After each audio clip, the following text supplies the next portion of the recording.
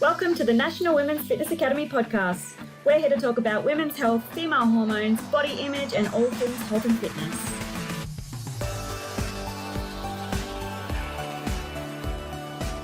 Hey guys, welcome back. I am Alex McNeil and I am so excited today. I have someone very, very special on our podcast as a guest. She is an osteopathic doctor, a rehab specialist, a WBFF pro athlete. She is the co-founder of the United Health Education, which is my go-to for all my clients as well. And she's also a co-host of one of my favorite ever podcasts, the Level Up podcast with Dani and Sharelle. We have Dr. Dani Antonellos on the podcast today. Welcome, Dani. Thank you so much for having me, Alex. I'm so excited. And, you were one of the first people that I wanted to reach out because you were doing such amazing things in the industry. Thank you so much. It's been a wild ride for sure. In the past 2 years or so, everything, the direction I've been going has definitely transformed, but, I'm loving the ride. Yeah. And I love being able to watch you, through Instagram and seeing, I guess, everything that you're going through and, the different avenues that you've gone down, especially over the last few years, which we'll definitely go into. But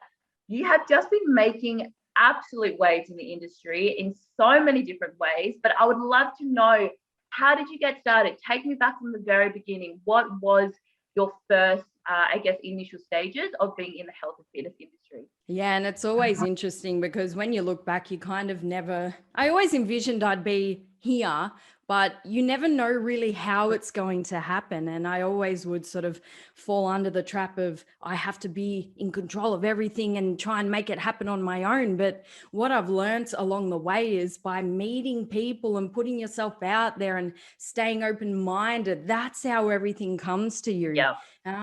But when I started, I, just a personal trainer, got my cert 3 and 4, spent most of my time cleaning treadmills, and just to look busy, I'd clean the same damn treadmill like 4 times just to fill in my shift.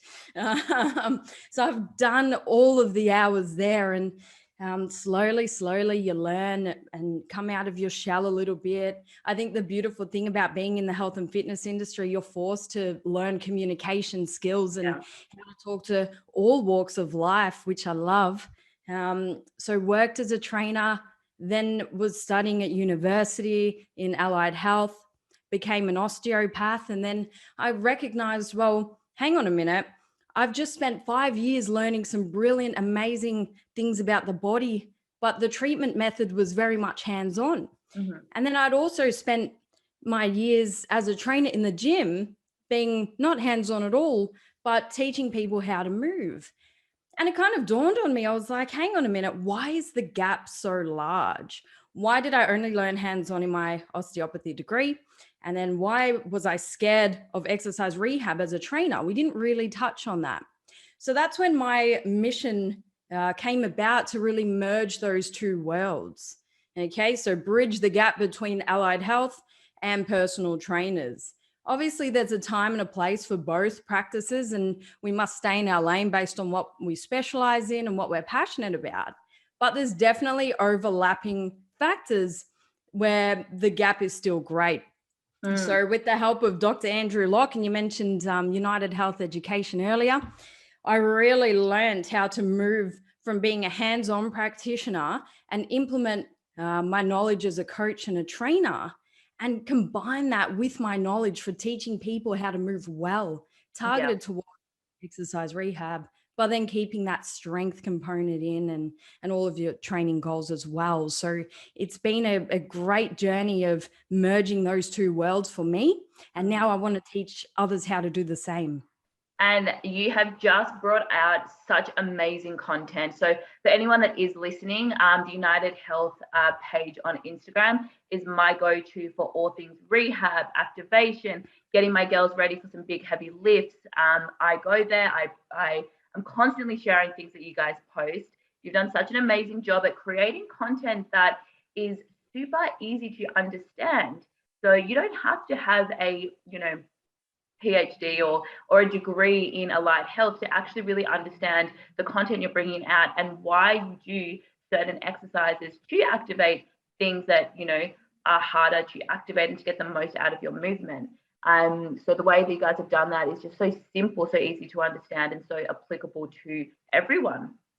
Thank you so much. And I think that's what separates us in a way, because particularly a lot of our patients come in, they've received a diagnosis, and then they cling on to that and say, oh no, I've got this, I've got that, I am this diagnosis. And again, Andrew sort of taught me, and what I've learned in my studies, well, we mustn't get caught up in all the lingo and the jargon. And to be a great coach and practitioner, we have to be able to relay it to our patients and our clients in a way that they can stay calm about it and get practical about it. And that comes from understanding. So on our end as coaches, yes, we must know the science behind it and all of that. But, you know, a lot of our patients don't even know what their quad is, or, you know, certain muscle groups. So to overcomplicate an already heightened scenario of emotions, it's not serving anyone. So we have fun with it. We sort of have a chill vibe about us. You know, we have fun with the information that we put out, and, you know, take people along that ride in a way that's easy to digest and understand.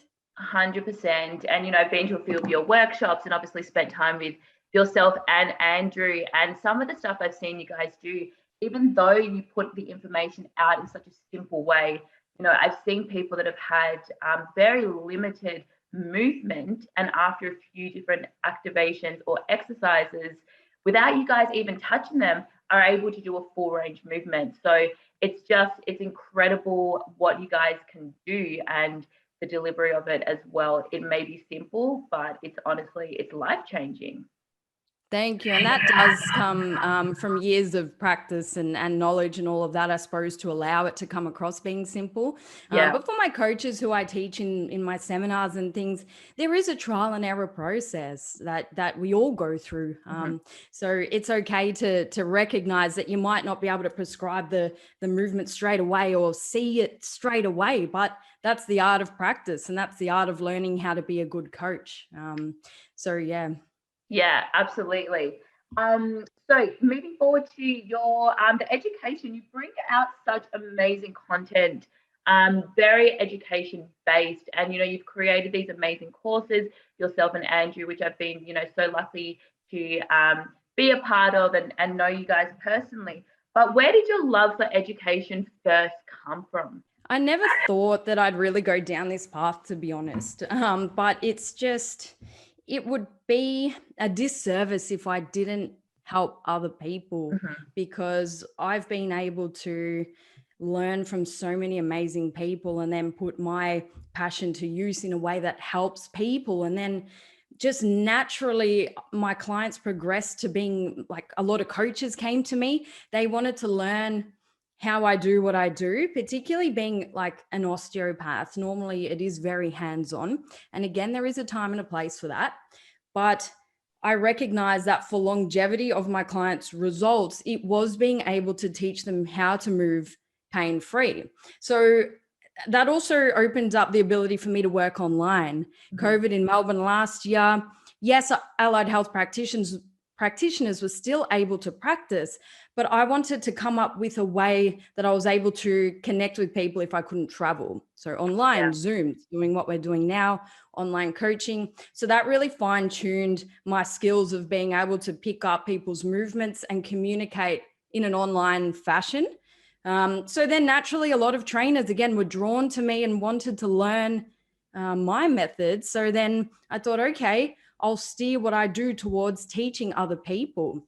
And the beauty of what's happening with United Health, we're slowly integrating our way into universities as well. And it's not going to be an overnight thing. But the fact that the awareness is there is a massive change. And it's just so awesome, because I figured, well, I can spend time with a one-on-one patient, which I still love doing, or I can teach the teacher or the trainer and then reach more people. So it's really about, okay, how many people can we help with our methods? Yeah, absolutely. And you see, even now, you know, you go to any gym or most gyms, and there's going to be people that are using your methods, you know, that you obviously may have never come across before, but the word is spreading. You know, everything that you guys teach, most people that I work very close with are using those techniques. And it's been amazing. I remember like you sent your girls in one by one, and I love your team, Girls Who Lift, the best community. Like you're all strong, you're all, you know, just such an amazing community. And then it got to the point where you were, you know, sending so many people in. I'm like, Alex, come in. I want you to learn everything. And now, you know, you're having your own workshops. And then I see your girls before, you know, their comps doing the movements and getting themselves ready. And it's just awesome. And that's really what it's about. So you're a perfect example of that. Oh, thank you so much. So for anyone who's listening, if you guys don't know, Dani kind of became our rehab, our movement specialist in the Girls Who Lift community that we have. We kind of adopted her in for a little while, and all the girls just gained so much information from working with you, even if it was just 1 or 2 sessions. The knowledge that they gained, and I guess something that I found really interesting was, yes, we had our basic movements and activations that I would teach. Obviously, that is not my area of specialty, that is yours, but you would figure out exactly what an individual would need, and maybe they need 1 or 2 extra things, or maybe they were doing things not correctly, or they were doing too much, and you would identify specifically what that person needs in order to get the most out of their lifting. Yeah, that's right. And it basically comes down to the fundamentals of, okay, getting to know the person as an individual, of course, their training styles and habits, but then also what they're doing when they're not in the gym. So a lot of people are actually sedentary, sitting down, spending a lot of time in one posture.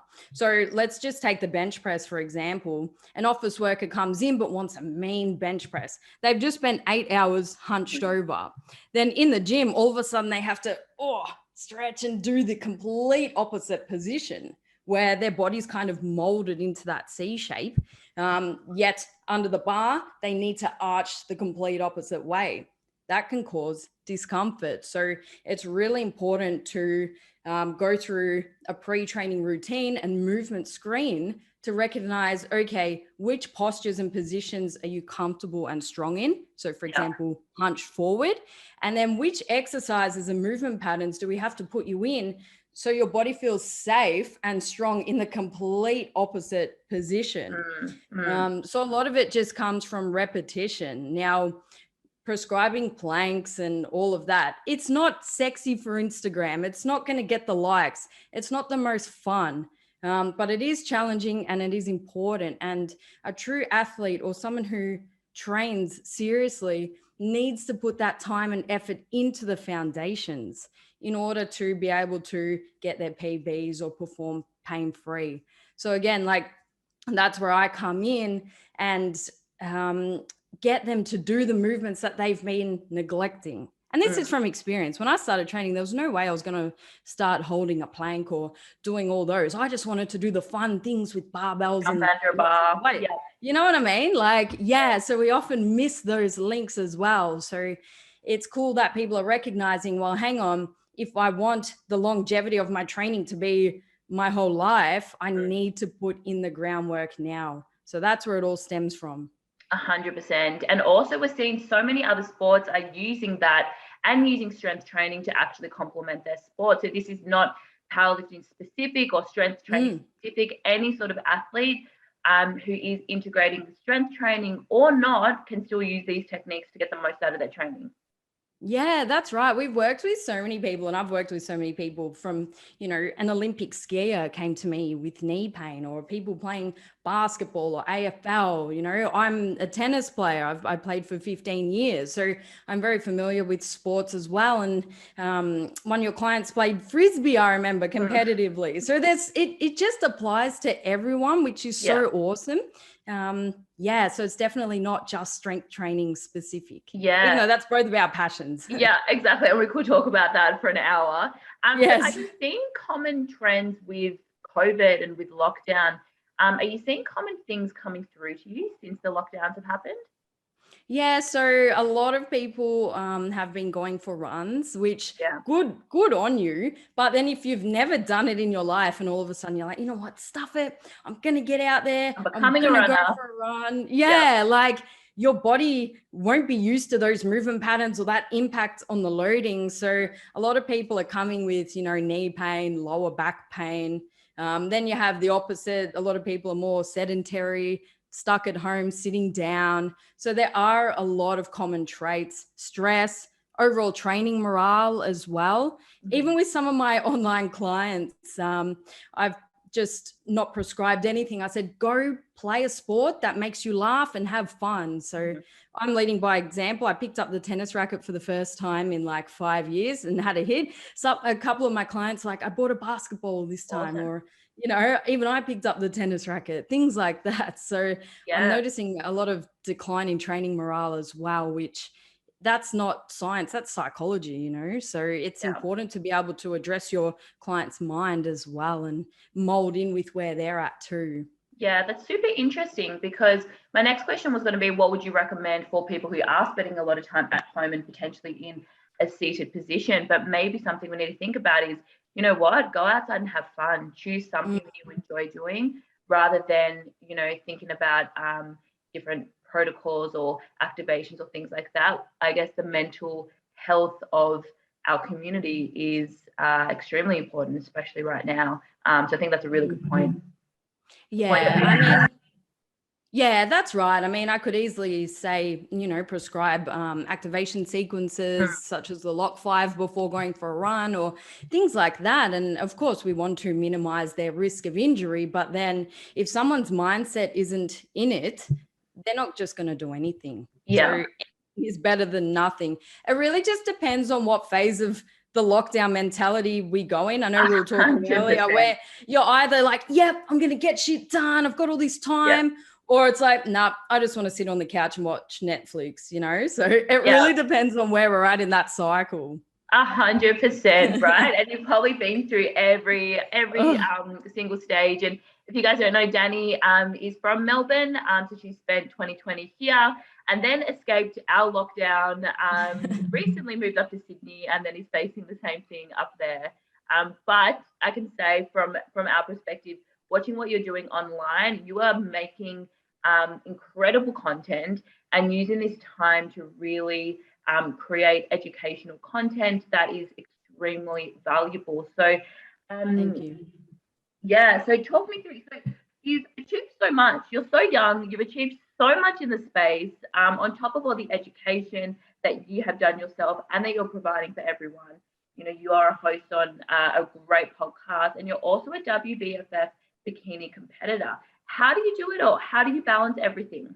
Yeah, it's I need to learn how to rest sometimes, because I went through phases where I just wouldn't stop. When I remember my last year of uni, I had so many assignments due. It was the 5th year of that degree and had clinic, but then I did 2 bodybuilding shows.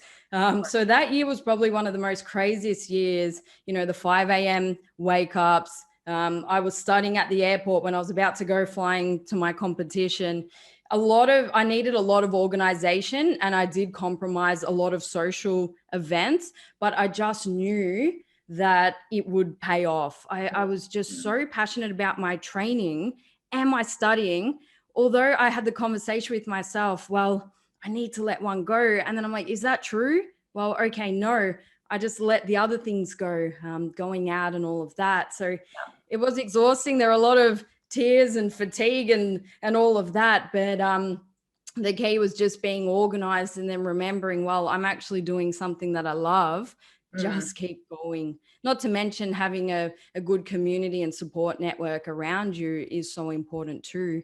But now that things have gained more momentum and I'm able to sort of, I won't say step back from what I'm doing, but a lot of the groundwork has been done and systems have been created and my information has been put out there, I'm able to now practice a little bit more downtime. But it doesn't mean, like for me, downtime would be I watch something on Netflix like once and then I get a bit antsy. I'm like, okay, I need to go do something now. So that's just my personality. Yeah, exactly. And I guess that's one of the reasons why you've achieved so much, because you are so goal oriented and you are at a point now where you are more established and you can take a little bit of a step back and think about, new projects, new ideas, new things that you can work on, because you really have put in the work to get to the point that you're at. So you should be so incredibly proud of yourself, because I know so many women and myself look up to you in the space and in the health and fitness industry. Thank you so much. And I suppose it's important for all of us to recognize our wins along the way, because when we're always looking forward, it's so easy to get stuck in that. And then just to have a beautiful conversation like someone with yourself, you're kind of like, oh yeah, I actually have done a lot. Like, it's okay. I can breathe. Like, so yeah, it's important for all of us to stop and reflect. So thank you. 100%. You're so welcome. So like I mentioned, you recently just moved to Sydney. First of all, what brought you to Sydney? Love brought me to Woo! Sydney, actually. Yes. So I met my partner, Paul, last year. And then that was one of the beauty of lockdown. I was able to kind of spend more time in other elements of my life, such as relationships, because for so long I was just like, no, work, this, that. I'm like, nah, okay, I think I'm ready now to open myself up to that.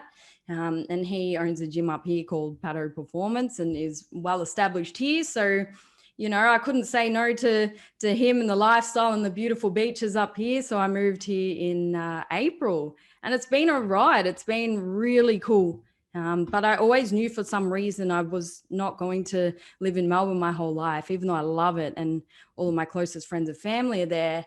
I just deep down do love that adventure as well. And sometimes you can't say no to your heart. 100%. My next question is going to be how you're finding Sydney, but it looks like you're enjoying it so far.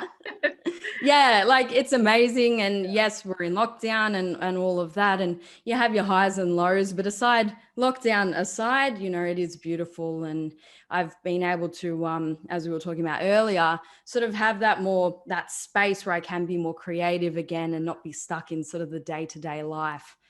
So it's been a really nice environment to come up with new ideas and just appreciate nature a bit more and things that aren't actually work related, even though I'm so work orientated, it's a big part of me. It's been nice to explore other avenues as well. 100%. And I think that's so important, especially right now in lockdown, just getting back into nature, fresh air, going for a walk, all those simple things that we probably did neglect for years until these lockdowns start happening. And, you know, we're just getting back to basics and doing whatever we can to make ourselves feel as good as we can during this crazy time. Yeah. How have you been going with everything? Yeah, I've been going good. I think I've really gotten back to basics as well, going for that walk, getting the sun, making sure I'm drinking enough water, just really basic things and just ticking them off just to get through the best I can. Yeah, it's so important. Friends. Yeah, it's exciting. And now taking over podcasts. Look at you go. Brilliant. So tell me, what are you currently working on? So we've had to postpone the United Health seminars, of course, just because travel is no longer anymore, which was a shame because I really loved them. I got to go to Perth for the first time and start exploring and meeting new people, but it is what it is. So as soon as I can go to Melbourne, aside from seeing friends and family, work-wise, I'll be having a chat to Andrew and seeing what we can take online. Whether it be in the form of, you know, having our course online to just in case this keeps happening, but then to also reach people internationally as well. I'm continuing to work on my personal coaching as well. So I still have my own clients. I do Zoom appointments, but then also exercise prescriptions through online coaching. But then now that I have Paul here, we're working on our new training platform as well, which we've all got the time up here. So we thought, okay, because he's a physio, we'll put our minds together and then create something in the form of programming. But he's a master chef where I'm not. So he can, he's been teaching me how to cook, which is awesome. And his recipes are insane. So I'm like, we need food and recipes in our platform and all of that. So we're going to tap into sort of that side. It's not going to be as clinical as United Health, but sort of, you know, young and fun and all of that. So that's what we're working on here. Awesome. I've been seeing you guys filming a lot of content and just thinking, waiting for the big announcement of what you're working on and seeing what you guys are up to, which is super exciting. Thank you. Yeah, there's a lot of work when it comes to it. As you know, you work very hard, but it's fun. And if it was easy, then I'd get bored. So 100%. I love these tasks. 100%. Are you guys creating like an app, or what format will you guys be using for your coaching or for your new business venture? To create an app, I suppose, straight off the bat is pretty hard. That's the long-term goal. But there are so many amazing platforms and software out there for anyone to really start with. So we've got help and teams behind the scenes. So we'll start with, it's not so customized in the form of our own personal app, but it will be our own platform. But then, in a few years' time, I'd love to be able to have our own app, which would be amazing. So it's just basically going to be really content filled. Because why keep everything a secret? We love putting out information. I know you do as well, and that's what it's about. So we thought, okay, we won't be able to really travel for God knows how long. How can we get our information out there? And just get behind the camera and start filming. Yeah, and I love that about you, that you put out so much information. So I don't think people realize how much time it takes to create content on Instagram, and you're not directly being paid for that. You don't get any money for creating that content. Obviously, that adds a lot of value to your brand, and you will create or you will attract more clients, but it's very time consuming. So I guess, how do you stay motivated to continuously create content in that space? I see content creation as, creativity, and we all need creativity in our lives. I mean, when I was younger, I used to play guitar, I used to draw, play a lot of sport. So they were my creative outlets. And then I went through uni in the education system and worked really hard cleaning those treadmills at the start, as I said. And I kind of lost that side. So then through self-exploration, again, I kind of am here now, and I genuinely love picking colors for things, like talking, putting myself in front of a camera and getting a bit nervous and excited. I love the emotions. I love the creativity behind it. So I don't see it as a chore, because I really just get a lot of enjoyment out of doing it. Yeah. Awesome. Yeah. And you can definitely see that you've created a lifestyle for yourself. You, from the outside, you see all this amazing content that you put out, but you are business savvy. Like, you can see that you are hustling, you're creating your business, you're creating this lifestyle for yourself, and no one's doing that for you. And it's amazing to see. You've created this lifestyle for yourself, and you've worked incredibly hard, but this is out of your own drive, ambition, your own goals. So it's amazing. Thank you so much. You're so welcome. This brings me to my next question. What advice do you have for women who are new into the industry? So a lot of our listeners are studying their certificate 3 and 4 in fitness, or their master trainer certificates. Some are already in the industry, and some are completely new. So what advice would you give to these women who are just entering the fitness industry? Awesome. This is so exciting. So don't expect to be an expert straight away. Okay. We need to find out who we are as an individual trainer, and go through, as I mentioned earlier, that trial and error process. I mean, when I first started, there was no way I thought I'd end up doing what I'm doing. So don't be scared to just try taking on different clients and different training styles and offering different services until you really find out what you enjoy doing and then what you don't really enjoy doing. We don't have to do it all.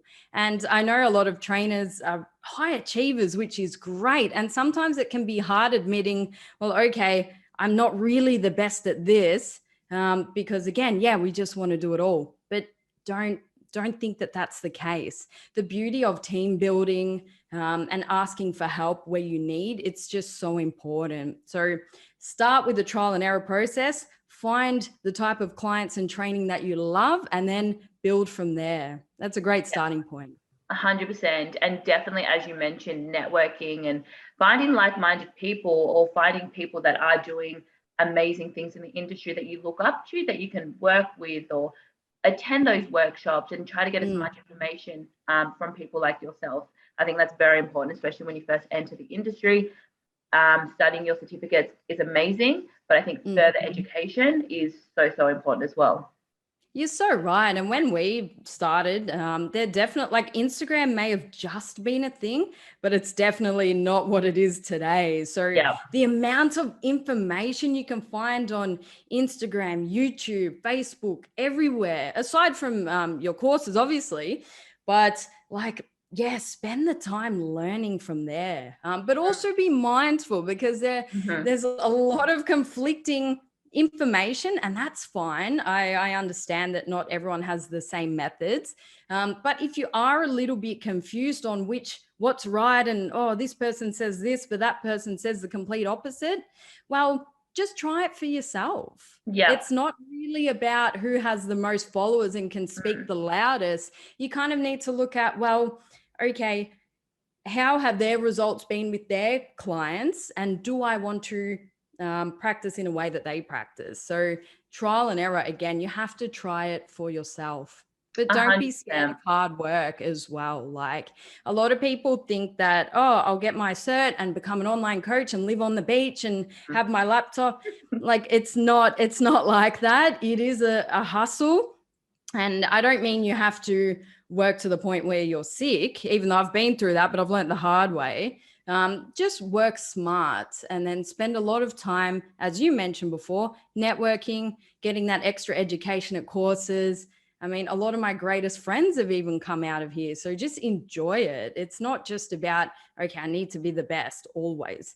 Enjoy it, meet like-minded people. It's a beautiful industry to be in.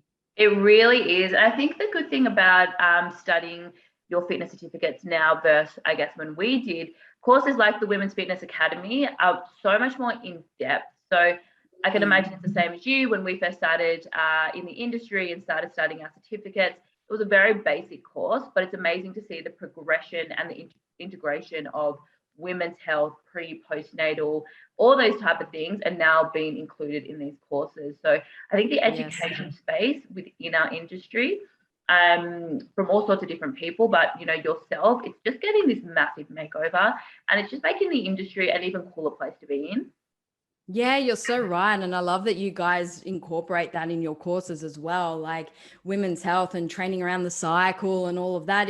It was kind of just swept aside for so long, but now everyone's getting around it, and it's a big movement, which is amazing, because it does play such a big part in the results of women, mentally, physically, but then also allowing male coaches to be educated on how to deal with their female clients as well, without feeling awkward having those conversations. So it's really cool to see what you guys are doing too. Absolutely. It's just changed so much, the industry, in such a positive way. I think I mentioned in our last podcast how a lot of people do say that the industry is quite oversaturated with coaches and trainers and things like that, but it has such a demand for good coaches, good trainers, and people who are knowledgeable, no matter where that comes from or who you are as a person. I think there's such a demand because right now there is a health pandemic. We need people who are passionate about making other people the healthiest version of themselves.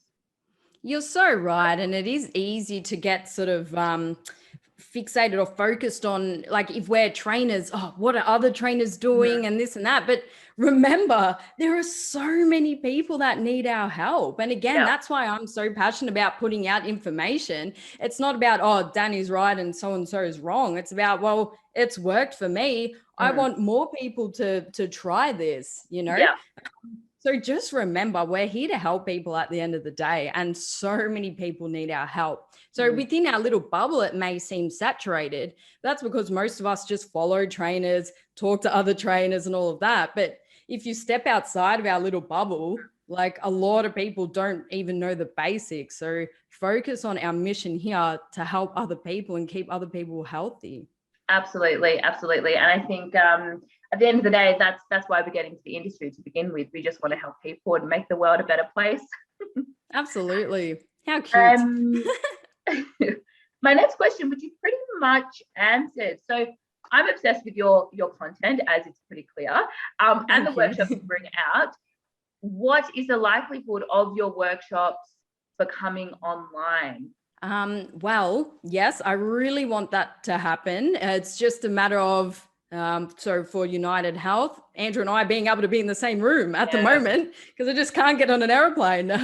But as soon as borders open up, I will be down there. We'll be filming. We got a lot of traction on our free squat tutorial we put out, or even the glute toolkit, and a lot of demand on our glute workshops, which has been awesome. So it's definitely in the works, but yeah, it's just a matter of getting down there, because when we put it out, we don't really want to do it over Zoom. We want to be able to be in the same room, make it interactive, and give everyone an awesome experience of the course. So as soon as possible. Awesome. That's so good to hear. So we have a few questions that have come through in the Q&A box that I want to send over to you. So thank you so much for everyone who did ask a question. Question number 1. This is a very broad question. What are, let's say, 3 of the most common technique mistakes people make in the gym as a beginner? Oh, okay. Knees caving in on a squat. Yeah, because naturally, like, it takes more energy for us to utilize our glutes in the squat, the lunge, even the deadlift movement pattern, just because, again, most of us spend all day sitting down. The glutes don't really get a chance to be worked and be strong. One of the main actions of the glutes is external rotation and abduction, so knees out. Therefore, those weaknesses translate there. So a lot of knee caves in squats, in lunges, in most movements. Number 1.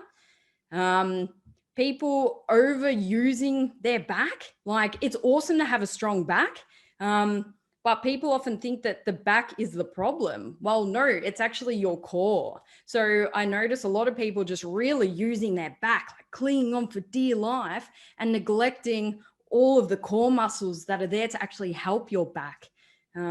So yeah, knees in on the squat, not really utilizing the core in most movements. Hence why I'm so passionate about teaching people how to hold a plank and be strong in those positions, and how to use your glutes. But then let's talk about upper body as well. Again, we're stressed humans in a busy day-to-day life. We sit hunched over and our shoulders rise up to our ears. So I'm noticing a lot of people not really knowing how to steer away from their big, strong traps, and being able to, like, lower your shoulders in pull down movements, or even retracting or bringing your shoulder blades back in rows. We're very trap dominant as well. So those are the 3 main ones that I see. Yeah, definitely. And I see a lot of the same thing. And I think a lot of people do, have issues with sore backs, for example, we see a lot of, and then something that you teach is, hey, it's not actually your back that's the problem. It's something that's not working, which may be your core or your glutes. Let's work on your weakness and strengthen that, rather than punishing your strength, which is actually your back. Love it. Well said. You nailed it. Thank you. Question number 2. How do you find time for yourself, and what do you do for self-love? Time for myself. Well, as I sort of mentioned, I've really learned how to do that, actually. But it was a practice for me, because I was kind of just always on the go, and I was thinking, well, yes, I'm working and that feels good. That's time for me, until I was kind of questioned, and someone asked me, well, when you're not Dr. Dani doing what you do, who are you? And I couldn't answer it. I was like, wow, I've spent so long identifying with this part of me who, yes, serves me so well. I kind of forgot all of the other things that I loved doing. So this lockdown has forced me to explore those things, such as playing sport again, or learning how to just sit down and chill and not have to be doing anything, or watching something I can laugh at on TV instead of something educational, spending time with loved ones. But then for me, mainly, my main thing that calms me down or gets me zen is stepping out in nature. So hence the drive. Aside from meeting Paul, I didn't have to think twice coming up here, just because of the beautiful beaches, and nature really grounds me as well. Yeah. Whereabouts in Sydney have you located to? So the gym is in Paddington, and I'm living in Botany at the moment. So Botany is right near the airport, which was so handy. It was literally a 5-minute drive to the airport. And then Paddington's closer up towards the city. So kind of like near the East Coast way. Yeah, beautiful. Yeah, yeah. So much more convenient than Melbourne. Hey, getting back and forth. Yeah, that's right. It's so weird because here everything is kind of like 10 minutes away. So at the start, when we were still able to go out for dinners, I was so used to leaving like an hour for the drive or to get ready. And then they're like, no, we'll leave 10 minutes before. And I was like, oh God, 10 minutes, we're gonna be late. Well, no, everything's just so compact and close here. Yeah, but it's awesome. So excited to have you on for a chat, which was really awesome to see. Thank you so much. And you've been awesome to chat to as well. And thank you everyone for the love. That's so nice. Sending it right back to you guys. So we've talked a little bit about what's next for you. So you're launching a new platform, which is super exciting. Is that your main focus right now, or are there other things as well in terms of your workshops? What is next for you? Basically just getting as much of my work online. Again, not only based on COVID, but that's going to be inevitable for the next few months. Getting it online to reach more people as well. So I'm spending, most of my time doing that, keeping myself in a creative mindset. So not packing my schedule too full, because I notice if I'm sort of doing little mundane tasks, I don't get that creativity. It's often when I'm out on a walk, I come up with a new content idea or something like that. So what's next for me? Spending time getting more things online, and of course, hosting my own podcast still with Sharelle. We're up to episode 90 something. Wow. We were going to do workshops as well, but then so we'll just see. We'll get as much online as we can and get ready for these borders to open too. Yeah. How long have you guys been doing your podcast for? I remember it was one of my first podcasts I ever listened to. Really? Thank you. A lot of people have said that actually, which is so cool. We've been doing it for 91 weeks. We haven't actually missed a week, which is crazy. So that's amazing. And it's grown so much. So which is amazing. And it's just, it shows the content that you two both bring out and how well you guys work together. And it's so what I see you doing a lot is just working with really amazing people, collaborating and having two beautiful minds come together to create even, I don't want to say better content, but having like two different personalities, two different people come together and come up with your podcast and your content, your education, having that collaboration, something we see you do, and it works really, really well. Thank you. We often call each other yin and yang just because we do have, although a lot of similarities naturally, that's why we're friends, but opposing ways of doing things. Yeah. So I think it sends a good message to people that there's not just one way, like different ways can work. Yes, there are certain ways to do certain things just based on science, but when it comes to areas of mindset, of health, like everyone's so different. So we show that with different practices, we can get similar results as well. But we love a bit of cheeky banter back and forth and just having a laugh with it. And it's my space to not be as serious, and I can talk about other things that I don't put on my personal page as well. So it's good fun. We just generally have fun doing it. Yeah, that's so awesome. And I did notice that, I saw, you guys are two amazing minds in the industry with different perspectives, and it shows that you can work together and have your core values are very, very similar, but you have such different perspectives on things. And, the listeners can really identify with that trial and error, as you mentioned, and figure out what's going to work best for them.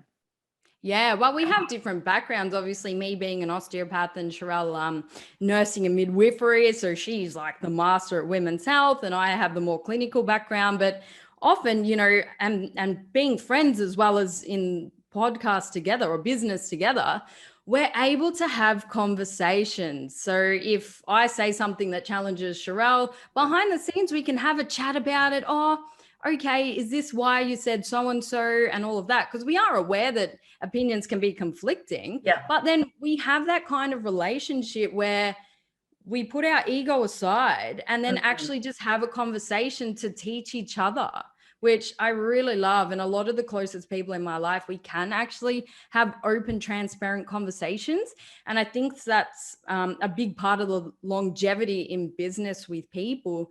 You have to know that when you're working with someone, not everyone will have the same opinion as you. and be okay with it, but also put yourself in a relationship where you can have those conversations too.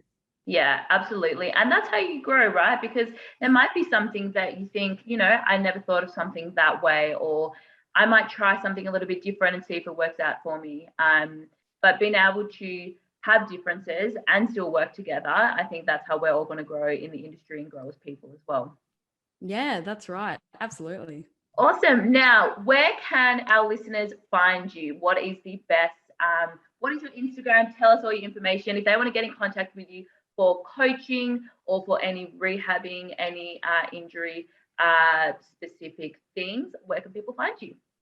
So Instagram is my main platform. My personal page is my name, Dani Antonellos. Hopefully you'll just put it in the handle because the spelling and pronunciation is crazy. And I'm also on the United Health Education Instagram page, and then Level Up Podcast. So they're the main three. Amazing. Thank you so much for coming on today. I think our listeners would have learned so much. It's so amazing to see what you're doing in the industry, just all the innovative ideas, and just seeing you make waves is inspiring generations of women. So you should be so proud of yourself, because I've loved following along on your journey. Thank you so much. And it's been amazing to connect with you and your team along the way too. So I equally love following you just as much. So you keep doing what you're doing as well. Thank it's you really so cool. much. You're our adopted rehab specialist. Yay. I love the team. Awesome. Thank you so much, Dani. All right, guys, thank you so much for tuning in to our latest episode of the Women's Fitness Academy podcast. My name is Alex McNeil. We had Dr. Dani on, and I cannot wait to be back on for our next chat. Thank you so much. Thanks, Alex.